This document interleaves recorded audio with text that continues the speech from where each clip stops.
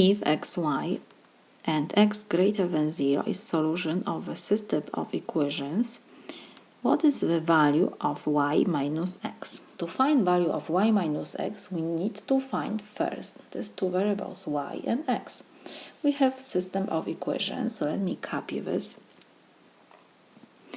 We have 8 plus 4y is equal 4 times x plus 2, and we have y is equal x squared. These two equations we have and two unknowns. What I will do first, we can factorize 4 from these two expressions on the left side in the first equation. So we will have 4 before parentheses, and inside will be 2 plus y is equal 4 times x plus 2. So what now? The second equation I will rewrite, and in the first I will divide sides now by 4.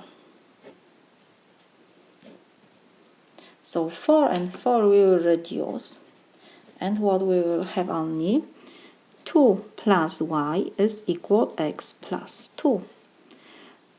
So 2 and 2 will reduce. When we move 2 to the other side, we will have, let me copy the second equation, y is equal x squared. Like I said, 2 will move to the right side, for example, so we will have y is equal x plus 2 minus 2. 2 and 2 will reduce. And the second equation is y is equal x squared. From the first equation, we have that y is equal x. So we can substitute y by x in the second equation. So we will have now x is equal x squared. What I will do, I will move x to the right side, so you will have x squared minus x, and I will change the sides, so this is equal 0. We have quadratic equations. How I will solve this? First, I will factorize x. So in parentheses, we will have x minus 1 is equal 0, when the left side will be 0, when one of the factors will be 0. So x will be 0 or x minus 1 will be 0. So first equation we have solved, and the second, what will be x is equal 1.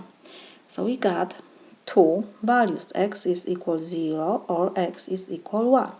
But at the beginning we have that x must be greater than 0. So it means the first solution we cannot take, only the second, because x equals 1 is greater than 0. So we have that x is equal 1. Now we need to find the y. For example, we will take the second equation, y is equal x squared. So now we will substitute x by 1. So will be 1 to second power, so this is equal 1. We found that y is equal 1, and we have also that x is equal 1. So now we will find the value y minus x.